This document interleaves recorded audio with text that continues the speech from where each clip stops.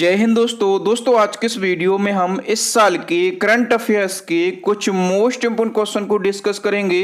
और दोस्तों इस वीडियो लेक्चर में हमने जितने भी क्वेश्चन को ऐड किया है सारे के सारे क्वेश्चन इंपोर्टेंट और अच्छे लेवल के क्वेश्चन हैं। और दोस्तों सभी क्वेश्चन को हम बिल्कुल डिटेल में विथ एक्स्ट्रा फैक्ट के साथ में डिस्कस करेंगे। तो चलिए दोस्तों बिना किसी देरी के शुरुआत कर लेते हैं नंबर फर्स्ट क्वेश्चन से। और पहला हमारा क्वेश्चन है, पहले केम्पेगौड़ा अंतरराष्ट्रीय पुरस्कार 2022 से किससे सम्मानित किया गया। देखो दोस्तों जो केम्पेगौड़ा अंतरराष्ट्रीय पुरस्कार है ये पहली बार किस किस को दिया गया है, प्रकाश पादुकोण, एस.एम. कृष्णा और एन.आर. मूर्ति, इन सभी को दिया गया है। तो डी ऑप्शन सही हो जाएगा और प्रयुक्त सभी को। इस क्वेश्चन से जुड़े हुए सारे इंपॉर्टेंट फैक्टों को हम डिस्कस कर लेते हैं। दोस्तों कर्नाटक के पूर्व सीएम हैं एस.एम. कृष्णा और इंफोसिस के संस्थापक हैं एन.आर. नारायण कृष्ण मूर्ति और पूर्व बैडमिंटन खिलाड़ी हैं प्रकाश पादुकोण। इन तीनों के लिए पहला केम्पेगौड़ा इंटरनेशनल अवार्ड दिया गया है। ठीक है, अच्छा ये जो केम्पेगौड़ा पुरस्कार है ये कर्नाटक सरकार के द्वारा इसी साल स्थापित किया गया है। ठीक है, और ये 3 व्यक्तियों को दिया गया है। ये 3 नाम आपको याद रखना है। अच्छा ये जो पुरस्कार है ये बेंगलुरु शहर के वास्तुकार केम्पेगौड़ा की 513वीं जयंती पर उन्हें सम्मान के रूप में शुरू किया गया है। ठीक है, चूंकि ये पुरस्कार इसी साल स्थापित किया गया है तो कोई भी पुरस्कार हो ये पूछा ही जाता है कि ये पहली बार किसको दिया गया। ठीक है, याद रखना। नेक्स्ट हमारा क्वेश्चन है, केंद्रीय प्रत्यक्ष कर बोर्ड यानी कि सीबीडीटी के नए अध्यक्ष कौन बने हैं। तो दोस्तों केंद्रीय प्रत्यक्ष कर बोर्ड के जो अध्यक्ष हैं ये बन गए हैं नितिन गुप्ता। वी ऑप्शन सही हो जाएगा। अच्छा यदि हम बात करें कि नितिन गुप्ता ने किसको रिप्लेस किया है तो नितिन गुप्ता ने संगीता सिंह का स्थान लिया है। अब एक टर्म यूज हुआ है सीबीडीटी, इसका फुल फॉर्म होता है central board of direct tax और ये जो है ये वित्त मंत्रालय में राजस्व विभाग में एक हिस्सा है। इसकी स्थापना 1964 में की गई थी। इसका जो हेडक्वार्टर है ये न्यू दिल्ली में स्थित है। और दोस्तों यदि आपको डिटेल में करंट अफेयर्स पढ़ना है तो आप लोगों के लिए गुड न्यूज है। गुड न्यूज ये है कि हमारी करंट अफेयर्स की अपडेट ई बुक लॉन्च हो गई है। ठीक है, यदि हम बात करें कि इस ई बुक के अंदर आपको क्या क्या देखने के लिए मिलेगा, दोस्तों आपको यहाँ पर 50 से ज्यादा टॉपिक वाइज करंट अफेयर्स देखने के लिए मिल जाएगा। इन टॉपिक वाइज करंट अफेयर्स के अलावा इंपोर्टेंट 1100 से ज्यादा डिटेल एमसीक्यू मिल जाएंगे। ठीक है, यदि हम बात करें कि टोटल एमसीक्यू कितने रहेंगे इस ई बुक के अंदर तो दोस्तों टोटल और डिटेल में 5000 से ज्यादा डिटेल एमसीक्यू इस ई बुक के अंदर मिल जाएंगे। तो यदि आपका हाल फिलहाल एग्जाम है, आप अपने एग्जाम की खोपड़ी में छेद करना चाहते हैं, आप सिलेक्शन लेना चाहते हैं तो हमारी ई बुक को जरूर डाउनलोड करें। इस ई बुक में जिस प्रकार से मैं पढ़ाता हूं ना कि ऊपर क्वेश्चन रहेगा, फिर नीचे उसके ऑप्शन रहेंगे और उसके नीचे जो मैं निचोड़ आपको बताता हूं, ठीक है, वो भी उसी के नीचे रहेगा। तो इसी प्रकार से 5000 से ज्यादा डिटेल एमसीक्यू आपको हमारी ई बुक के अंदर मिल जाएंगे, टॉपिक वाइज भी और ठीक है और बिना टॉपिक के भी। तो आप इस ई बुक को डाउनलोड कर सकते हैं, लिंक आपको वीडियो के डिस्क्रिप्शन में मिल जाएगी। नेक्स्ट हमारा क्वेश्चन है, 29 जून 2022 को देश भर में 16वां राष्ट्रीय सांख्यिकी दिवस किस थीम के साथ में मनाया गया। सबसे पहले आपको याद रखना है कि जो राष्ट्रीय सांख्यिकी दिवस है ये कब मनाया जाता है। दोस्तों ये मनाया जाता है 29 जून को। ठीक है, और 2022 में इसका कौन सा संस्करण था तो 16वां संस्करण था। ठीक है, और 2022 की यदि हम थीम की बात करें कि इसकी थीम क्या रही तो इसकी थीम रही है सतत विकास के लिए डेटा। ठीक है, तो डी ऑप्शन सही हो जाएगा। याद रखना कब मनाया जाता है, ठीक है, इस साल कौन सा संस्करण था और इसकी थीम क्या रही। अब यदि हम बात करें कि ये जो दिवस है, ठीक है, तो ये दिवस प्रसिद्ध सांख्यिकीविद प्रोफेसर प्रशांत चंद्र महालनोबिस, ठीक है, इनको क्या कहा जाता है तो इनको पीसी महालनोबिस भी कहा जाता है।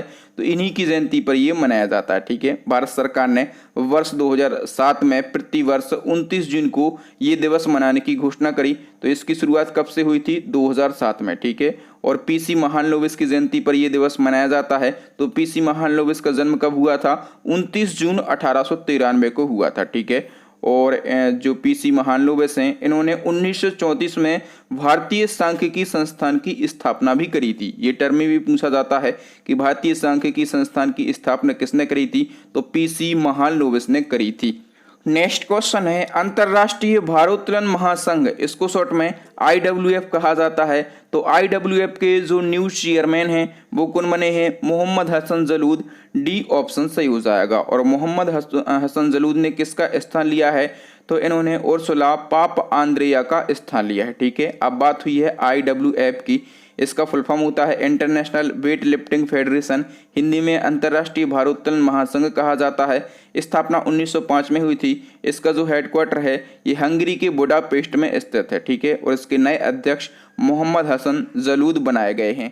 नेक्स्ट क्वेश्चन है अंतरिक्ष अध्ययन के क्षेत्र में UFO निम्नलिखित में से किससे संबंधित है? दोस्तों ये क्वेश्चन जो है ये मोस्ट इंपोर्टेंट क्वेश्चन है। दोस्तों UFO जो है ये अज्ञात उड़ने वाली वस्तुओं से संबंधित है। दोस्तों इस क्वेश्चन से जुड़े हुए सारे इंपॉर्टेंट फैक्टों को हम डिस्कस कर लेते हैं। दोस्तों जून 2022 को अमेरिकी अंतरिक्ष एजेंसी नासा ने UFO के अध्ययन हेतु एक स्वतंत्र टीम गठित की है। UFO का मतलब क्या है?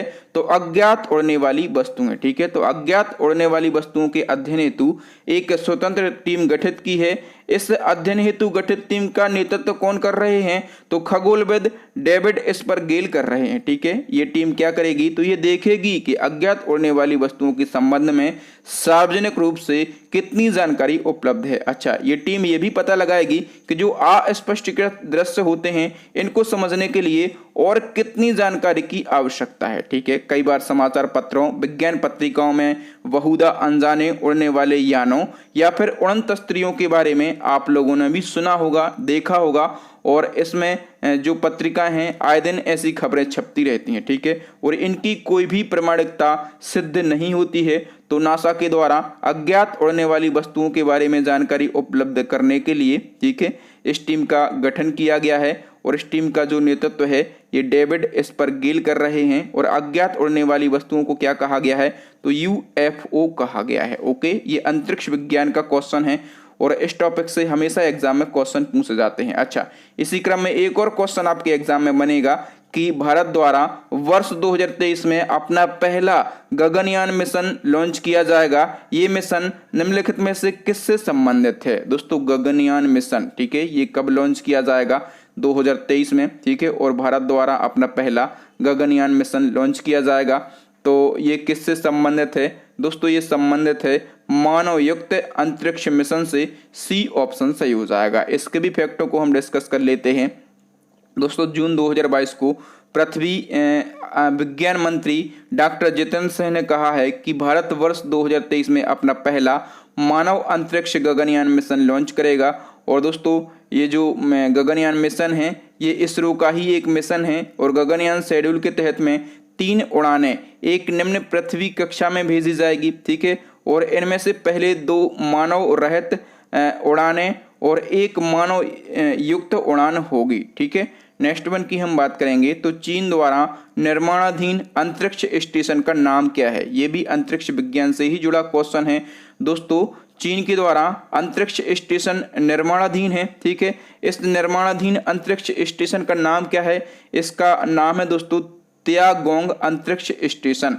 इससे जुड़े हुए सारे फैक्टों को हम डिस्कस कर लेते हैं। दोस्तों 5 जून 2022 को चाइना ने पृथ्वी की परिक्रमा कर रहे अपने नए अंतरिक्ष स्टेशन के निर्माण को पूरा करने हेतु 3 अंतरिक्ष यात्रियों को रवाना किया है। ठीक है, और चीन के द्वारा प्रस्तावित अंतरिक्ष स्टेशन का नाम क्या है? तो त्यागोंग अंतरिक्ष स्टेशन इसका नाम है। इन 3 अंतरिक्ष यात्रियों की यदि हम बात करें जो कि चाइना के द्वारा भेजे गए हैं कि इनके नाम क्या हैं? तो दोस्तों इनके नाम हैं, एक का नाम है चेन डोंग, दूसरे का नाम है लियो यांग और तीसरे का नाम है काई सुजे। ठीक है, तो ये 3 चाइना के द्वारा भेजे गए वैज्ञानिकों के नाम हैं। नेक्स्ट वन की हम बात करेंगे दोस्तों तो टाटा पावर सोलर सिस्टम ने पानी पर भारत की सबसे बड़ी सौर ऊर्जा परियोजना कहाँ शुरू करी है? दोस्तों ये क्वेश्चन भी मोस्ट इंपोर्टेंट क्वेश्चन है क्योंकि भारत की सबसे बड़ी तैरती हुई सौर ऊर्जा परियोजना शुरू करी गई है। और ये किसके द्वारा शुरू करी गई है? तो टाटा पावर सोलर सिस्टम के द्वारा शुरू करी गई है। ठीक है, और ये कहाँ पर शुरू करी गई है? तो ये केरला के कायमकुलम में शुरू करी गई है। बी ऑप्शन सही हो जाएगा। और आप भी देख पा रहे होंगे कि पानी पर भारत की सबसे बड़ी तैरती हुई सौर ऊर्जा परियोजना, ठीक है, ये शुरू करी गई है केरल के कायमकुलम में। ठीक है, अब फैक्टों की यदि हम बात करें तो ये केरल के कायाकुलम में शुरू करी गई है और 350 एकड़ जल निकाय में स्थापित की गई है। ये 101.6 मेगावाट की पीक कैपेसिटी के साथ में आती है और इस संयंत्र से स्थापित होने वाली सारी ऊर्जा का उपयोग केरल राज्य की बिजली बोर्ड करेगा। नेक्स्ट वन की हम बात करें यदि दोस्तों, तो संस्कृत भाषा में अनाउंसमेंट करने वाला दुनिया का पहला हवाई अड्डा कौन सा बन गया है? दोस्तों दुनिया का पहला ऐसा एयरपोर्ट जो संस्कृत भाषा में अनाउंसमेंट यानी कि सारी घोषणाएं करता है वो कौन सा बना है? दोस्तों वो बना है लाल बहादुर शास्त्री इंटरनेशनल एयरपोर्ट। और ये कहाँ पर स्थित है? दोस्तों ये स्थित है बनारस में। नेक्स्ट क्वेश्चन है, वन्य जीवों को दुर्व्यवहार से बचाने के लिए कानूनी अधिकार देने वाला दुनिया का पहला देश कौन सा बन गया है? दोस्तों जितने भी वन्य जीव हैं इनको दुर्व्यवहार से बचाने के लिए और कानूनी अधिकार देने वाला दुनिया का पहला देश बन गया है इक्वाडोर। नेक्स्ट क्वेश्चन है, मिस इंडिया वर्ल्ड वाइड 2022 का खिताब किसने जीता है? दोस्तों मिस इंडिया वर्ल्ड वाइड 2022 का खिताब जो है ये खुशी पटेल ने जीता है। ओके, यदि हम डिटेल की बात करें तो खुशी पटेल जो हैं ये भारतीय मूल की हैं। ओके, और ये यूनाइटेड किंगडम में बायोमेडिकल की छात्रा हैं और इन्होंने मिस इंडिया वर्ल्ड वाइड 2022 का खिताब अपने नाम कर लिया है। दोस्तों ये जो प्रतियोगिता है ये विदेश में सबसे लंबे समय तक चलने वाली भारतीय प्रतियोगिता है। ठीक है, आपको एक चीज और याद रखना है कि गोवाना की रोशनी रजाक हैं, इन्होंने miss tin India world wide 2022 का खिताब अपने नाम किया है। ठीक है, तो ये भी आपको याद रखना है। नेक्स्ट हमारा क्वेश्चन है, भारत के 75वें स्वतंत्रता दिवस के अवसर पर हर घर तिरंगा अभियान को किसने शुरू किया है? दोस्तों 75वें स्वतंत्रता दिवस के अवसर पर हर घर तिरंगा अभियान जो है ये केंद्र सरकार के द्वारा शुरू किया गया है। ओके, और यदि हम बात करें कि इस अभियान का उद्देश्य क्या है तो सभी भारतीयों को अपने घरों में राष्ट्रीय ध्वज फहराने के प्रति प्रोत्साहित करना इस अभियान का प्रमुख उद्देश्य है और ये अभियान केंद्र सरकार के द्वारा शुरू किया गया है। नेक्स्ट वन की बात करेंगे तो इजराइल के 14वें प्रधानमंत्री कौन बने हैं? दोस्तों इजराइल देश के नए प्रधानमंत्री जो हैं ये बन गए हैं एयर लैपिड। ठीक है, और ये कौन से नंबर के प्रधानमंत्री बने हैं इजराइल देश के? तो 14वें नंबर के बने हैं। अच्छा, यदि हम बात करें कि इन्होंने किसको रिप्लेस किया है तो इन्होंने नप्ताली बेनेट का स्थान लिया है। अब बात हुई है इजराइल की, तो इजराइल जो है ये एशिया महाद्वीप में स्थित है, इसकी राजधानी है यरूशलेम और यहाँ की करेंसी है न्यू सेलेक और यहाँ के नए राष्ट्रपति अभी हाल फिलहाल बने थे, उनका नाम क्या है? इसाक हरगोश। ठीक है, और नए प्रधानमंत्री कौन बन गए हैं? एयर एपिड बन गए हैं। और इजराइल की संसद की बात करें कि संसद का नाम क्या है तो दी नेसेट जो है ये इजराइल देश की संसद का नाम है। ये जो एडिशनल इन्फॉर्मेशन मैं आपको देता हूँ ये भी आपको जरूर याद रखना है, यहाँ से सीधे क्वेश्चन आपके एग्जाम में बन जाते हैं। क्वेश्चन है, अंतर्राष्ट्रीय सहकारिता दिवस 2022 कब मनाया गया? दोस्तों अंतर्राष्ट्रीय सहकारिता दिवस 2022 जो है ये 2 जुलाई को मनाया गया। दोस्तों मैं आपको बता दूं कि अंतर्राष्ट्रीय सहकारिता दिवस जो है ये जुलाई माह के पहले शनिवार को मनाया जाता है। ठीक है, तो 2022 में जुलाई माह का पहला शनिवार जो है ये 2 जुलाई को पड़ा। ठीक है, और इस दिवस को मनाने का उद्देश्य क्या है तो राष्ट्र द्वारा अंतर्राष्ट्रीय सहकारी आंदोलन के समान लक्ष्यों और उद्देश्यों को साझा करने के तरीकों पर प्रकाश डालना। ठीक है, 2022 में इसकी थीम क्या रही तो बिल्ड अ बेटर वर्ल्ड जो है इसकी थीम रही। नेक्स्ट वन की हम बात करेंगे तो 36वीं राष्ट्रीय खेल 2022 की मेजबानी कौन सा राज्य करेगा? दोस्तों 36वें राष्ट्रीय खेल 2022 और इसकी मेजबानी जो है ये गुजरात राज्य के द्वारा करी जाएगी। नेक्स्ट हमारा क्वेश्चन है दोस्तों, हाल ही में महाराष्ट्र के पुणे में संपन्न महिला T20 चैलेंज 2022 का खिताब किस देश की टीम ने जीता है? दोस्तों महिला T20 चैलेंज 2022 का खिताब जो है ये सुपरनोवास टीम ने जीता है। अब हम सारे फैक्टों को डिस्कस कर लेते हैं। दोस्तों हाल ही में महिला T20 चैलेंज 2022 का आयोजन जो है ये महाराष्ट्र के पुणे में किया गया। ठीक है, और इसका आयोजन किया गया मई 2022 में और सभी मैच जो हैं ये महाराष्ट्र क्रिकेट एसोसिएशन स्टेडियम में खेले गए और संस्करण कौन सा था? चौथा। इसका आयोजन किसके द्वारा किया जाता है तो BCCI इसका आयोजन करवाती है। प्रायोजक कंपनी कौन सी रही तो माई 11 सर्कल रही। ठीक है, इस प्रतियोगिता के परिणाम क्या निकले तो फाइनल मुकाबले में सुपरनोवास टीम ने वेलोसिटी टीम को 4 विकेट से हराकर महिला T20 चैलेंज 2022 का खिताब तीसरी बार जीत लिया है। कौन सी बार? तीसरी बार। ठीक है, अच्छा सुपरनोवास टीम की क्रिकेटर हैं डी एंड्रा डॉटन। ठीक है, इनको प्लेयर ऑफ द मैच और इन्हीं को प्लेयर ऑफ द सीरीज चुना गया है। ठीक है, सबसे ज्यादा रन किसने बनाए हैं, तो हरमनप्रीत कौर ने बनाए हैं। ठीक है, 151 रन बनाए हैं और ये सुपरनोवाज टीम से ही हैं। ठीक है, सबसे ज्यादा विकेट किसने लिए हैं, तो पूजा वस्त्राकार ने लिए हैं, ये भी सुपरनोवाज टीम से हैं और इन्होंने 6 विकेट लिए हैं। अच्छा, सुपरनोवाज टीम जो कि विजेता रही है, इसकी कप्तान कौन रही हैं, तो हरमनप्रीत कौर जो हैं इसकी कप्तान रही हैं। ठीक है, तो ये सारे फैक्ट मैंने आपको बता दिए, आप इनको याद रखेंगे। नेक्स्ट क्वेश्चन है, विश्व की पहली फिशिंग कैट जनगणना का आयोजन निम्नलिखित में से किस झील में किया गया।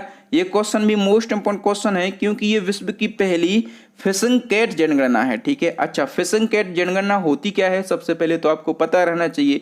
तो बिल्लियों के द्वारा मछलियों को पकड़ा जाता है। ठीक है, आप लोग फोटो में भी देख पा रहे होंगे, ये होती है फिशिंग कैट। ठीक है, और विश्व की पहली फिशिंग कैट जनगणना जो है ये उड़ीसा की चिल्का झील में आयोजित की गई। ए ऑप्शन सही हो जाएगा। अब फैक्टों की हम बात कर लेते हैं। तो वर्ल्ड की पहली फिशिंग कैट जनगणना उड़ीसा की चिल्का झील में आयोजित की गई। ये जनगणना दी फिशिंग कैट प्रोजेक्ट, ठीक है, के सहयोग से चिल्का डेवलपमेंट अथॉरिटी द्वारा की गई। ठीक है, इस जनगणना के अनुसार इस समय चिल्का झील में 176 मछली पकड़ने वाली बिल्लियां हैं। अच्छा, ये जो दी फिशिंग कैट प्रोजेक्ट है ये है क्या, इसके बारे में आपको जानना जरूरी है। दोस्तों, ये प्रोजेक्ट जो है ये मछली पकड़ने वाली बिल्लियों पर दुनिया का सबसे लंबा चलने वाला अनुसंधान संरक्षण प्रोजेक्ट है। ये जो प्रोजेक्ट है ये 2010 से शुरू किया गया था। नेक्स्ट क्वेश्चन, हाल ही में किस केंद्रीय मंत्री ने डाक विभाग का एक ई लर्निंग पोर्टल डाक कर्मयोगी लॉन्च किया है। दोस्तों, डाक कर्मयोगी जो वेब पोर्टल है ये किसके द्वारा लॉन्च किया गया है, अश्वनी वैष्णव के द्वारा। अश्वनी वैष्णव के बारे में तो सभी लोग जानते होंगे, ये केंद्रीय संचार मंत्री हैं। इसके साथ में इनके पास में कौन सा मंत्रालय है, तो इनके पास में रेल मंत्रालय भी है। ठीक है, तो इन्होंने नई दिल्ली में डाक विभाग का एक ई लर्निंग पोर्टल डाक कर्मयोगी लॉन्च किया है। ठीक है, ये पोर्टल लगभग 4 लाख ग्रामीण डाक सेवकों और विभागीय कर्मचारियों की दक्षता में वृद्धि करेगा। नेक्स्ट वन की यदि हम बात करें तो नेक्स्ट हमारा क्वेश्चन है, महाराष्ट्र के नए मुख्यमंत्री कौन बन गए हैं। दोस्तों, महाराष्ट्र के जो न्यू सीएम हैं ये बन गए हैं एकनाथ शिंदे। ठीक है, फोटो में आप लोग देख पा रहे होंगे और इन्होंने उद्धव ठाकरे का स्थान लिया है। शिवसेना के नेता हैं एकनाथ शिंदे और ये महाराष्ट्र के 20वें नंबर के मुख्यमंत्री बन गए हैं। ठीक है, अच्छा, जो बीजेपी पार्टी के देवेंद्र फडणवीस हैं ये कौन बने हैं, तो ये महाराष्ट्र के डिप्टी सीएम यानी कि उप मुख्यमंत्री बने हैं। नेक्स्ट क्वेश्चन, हाल ही में किस देश ने भारत की आजादी की 75वीं वर्षगांठ पर 75 छात्रवृत्तियों की शुरुआत करी है। तो दोस्तों, अपने देश की आजादी की 75वीं वर्षगांठ अभी हाल ही में है। ठीक है, इसी के उपलक्ष्य पर 75 छात्रवृत्तियों की शुरुआत जो है ये यूनाइटेड किंगडम ने कर दी है कि जो भी भारतीय छात्र यूनाइटेड किंगडम यानी कि यूके में पढ़ाई कर रहे हैं, ठीक है, तो इन छात्रों के लिए 75 प्रकार की छात्रवृत्तियां दी जाएंगी। नेक्स्ट वन की हम बात करेंगे तो हाल ही में भारतीय तटरक्षक बल ने किस केंद्रीयकृत भुगतान प्रणाली का शुभारंभ किया है। दोस्तों, भारतीय तटरक्षक बल ने अभी हाल ही में पद्मा नाम से केंद्रीयकृत भुगतान प्रणाली का शुभारंभ किया है। ठीक है, अब भारतीय तटरक्षक बल की बात करेंगे तो इसकी स्थापना कब हुई थी, 1977 में। और दोस्तों, इसका मुख्यालय कहाँ है, नई दिल्ली में। और इसके जो डीजी हैं यानी कि भारतीय तटरक्षक के महानिदेशक कौन है, तो वीरेंद्र सिंह पठानिया है। कौन है, वीरेंद्र सिंह पठानिया। नेक्स्ट हमारा क्वेश्चन है, हाल ही में किसे गेल कंपनी का नया चेयरमैन बनाया गया है। दोस्तों, गेल कंपनी का जो नया चेयरमैन है ये संदीप कुमार गुप्ता के लिए बनाया गया है। डी ऑप्शन सही हो जाएगा। नेक्स्ट हमारा क्वेश्चन है, हाल ही में कहा दुनिया का सबसे बड़ा जीवाणु यानी कि दुनिया का सबसे बड़ा बैक्टीरिया कहां पर पाया गया है।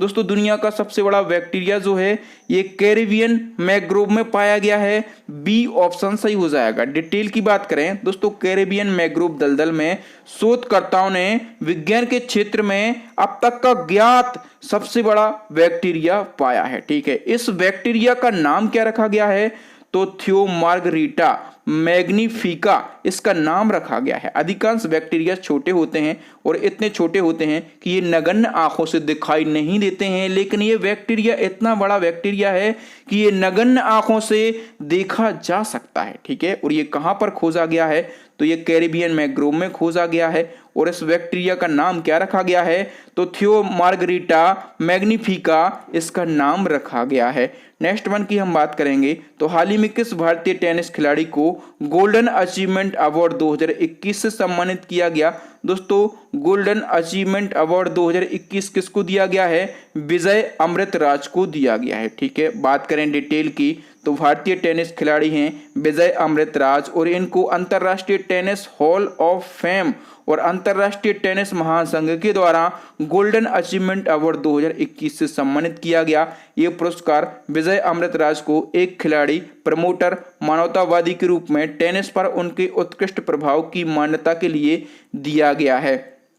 नेक्स्ट हमारा क्वेश्चन है, हाल ही में आयोजित G7 शिखर सम्मेलन 2022 की मेजबानी किस देश के द्वारा करी गई। ये क्वेश्चन जो है ये मोस्ट इंपोर्टेंट क्वेश्चन है। इस क्वेश्चन में 5 स्टार लगा लीजिए, यहां से एक फैक्ट आपके एग्जाम में छपेगा। दोस्तों G7 शिखर सम्मेलन 2022 की मेजबानी जो है ये जर्मनी देश के द्वारा करी गई। सारे फैक्टों को हम डिस्कस कर लेते हैं। दोस्तों अध्यक्षता किसने करी है, तो जर्मनी के चांसलर ओलाफ स्कोल जो द्वारा इसकी अध्यक्षता करी गई। आयोजन जो है ये कहाँ पर किया गया, तो जर्मनी के बवेरियन अल्पास के स्वाल्स एल्मो में इसका आयोजन किया गया। और G7 शिखर सम्मेलन जो है इसका कौन सा वर्जन था, तो 48वां वर्जन था। ठीक है, और 26 से 28 जून तक इसका आयोजन किया गया है। और दोस्तों 47वां जो G7 शिखर सम्मेलन है ये कहाँ पर हुआ था, तो यूके के कार्नवाल में हुआ था। इसके बाद में जो 49वां संस्करण होना है G7 शिखर सम्मेलन का, ये किस देश में होना है, ये होना है जापान में। और ये कब होगा, तो ये होगा 2023 के अंदर। अब हम G7 के बारे में जान लेते हैं। फुल फॉर्म होता है ग्रुप ऑफ 7। और दोस्तों G7 दुनिया की 7 बड़ी विकसित अर्थव्यवस्थाओं वाले देशों का एक समूह है। इसकी स्थापना 1975 में की गई थी और G7 को पहले G6 के रूप में जाना जाता था। फिर 1976 में कनाडा इसमें शामिल हो गया। ठीक है, और कनाडा इसमें शामिल हुआ तो इसको क्या कहा जाने लगा, G7 इसमें कहा जाने लगा। G7 में कितनी मेंबर कंट्री हैं, तो France, Germany, Italy, UK, Japan, संयुक्त राज्य अमेरिका और कनाडा। ठीक है, ये 7 कंट्रियां जो हैं ये G7 का पार्ट हैं। तो G7 से ये सारे फैक्ट आपके एग्जाम में पूछे जा सकते हैं, इन सभी को आप याद रखेंगे। दोस्तों यहाँ पर हमने 25 क्वेश्चन को डिस्कस किया है और सभी क्वेश्चन को हमने बिल्कुल डिटेल में विथ एक्स्ट्रा फैक्ट के साथ में डिस्कस किया। इसी प्रकार से डिटेल में यदि आपको करंट अफेयर्स पढ़ना है तो हमारी अपडेट ई बुक को डाउनलोड कर लें। आपको टॉपिक वाइज करंट अफेयर्स देखने के लिए मिलेगा। ठीक है, सारे टॉपिक आपको मिलेंगे। इन टॉपिक के अलावा जो इम्पोर्टेंट कुछ एमसीक्यू होते हैं उन इम्पोर्टेंट एमसीक्यू को इसी प्रकार से डिटेल में समझाया गया है। तो हमारी ई बुक को अभी के अभी आप डाउनलोड कर लें यदि आप सिलेक्शन लेना चाहते हैं। ठीक है, लिंक आपको डिस्क्रिप्शन में मिल जाएगी। अब नेक्स्ट एंड लास्ट क्वेश्चन आपके लिए चैलेंजिंग क्वेश्चन, इसका आंसर आपको कमेंट सेक्शन में कमेंट करके बताना है। रणजी ट्रॉफी 2021-22 का खिताब किस टीम ने जीता है। ठीक है, आप लोगों के लिए 4 ऑप्शन दिए गए हैं। रणजी ट्रॉफी के बारे में भी आप डिटेल लिख सकते हैं। तो थैंक यू दोस्तों, वीडियो देखने के लिए बहुत बहुत धन्यवाद। वीडियो आपको कैसा लगा ईमानदारी से कमेंट सेक्शन में कमेंट करके बताएं। वीडियो अच्छा लगा हो तो वीडियो को लाइक करें। अपने दोस्तों के साथ में आपके व्हाट्सएप, टेलीग्राम पर स्टडी से रिलेटेड जितने भी ग्रुप हो ना सभी ग्रुपों में इस वीडियो को शेयर करें। अच्छा, जो न्यू स्टूडेंट हैं मैं उनसे कहना चाहता हूं कि आप लोग हमारे चैनल को सब्सक्राइब कर लें ताकि जब भी मैं नया और इसी प्रकार का इम्पोर्टेंट वीडियो डालूं ना तो आपको हमारी वीडियो का नोटिफिकेशन सबसे पहले मिल सके और आप हमारा वीडियो सबसे पहले देख सकें और अपना सिलेक्शन नज़दीक कर सकें, अपना सिलेक्शन ले सकें। ठीक है, और इसी प्रकार के इम्पोर्टेंट वीडियो देखने के लिए, करंट अफेयर्स के वेरी इम्पोर्टेंट वीडियो देखने के लिए या फिर टॉपिक वाइज करंट अफेयर्स देखने के लिए या फिर मंथली करंट अफेयर्स देखने के लिए हमारी प्लेलिस्ट को जरूर विजिट करें। प्लेलिस्ट की लिंक आपको आई बटन में मिल जाएगी या फिर नीचे डिस्क्रिप्शन में मिल जाएगी या फिर अभी आपको स्क्रीन के ऊपर 3 वेरी यूजफुल वीडियो दिख रहे होंगे। इन वीडियोस को जरूर देख लें। तो थैंक यू दोस्तों, राम राम, दुआ सलाम। मिलते हैं नेक्स्ट वीडियो में किसी न्यू टॉपिक के साथ में। तब तक के लिए इजाजत दीजिए। जय हिंद, जय भारत, वंदे मातरम, भारत माता की जय।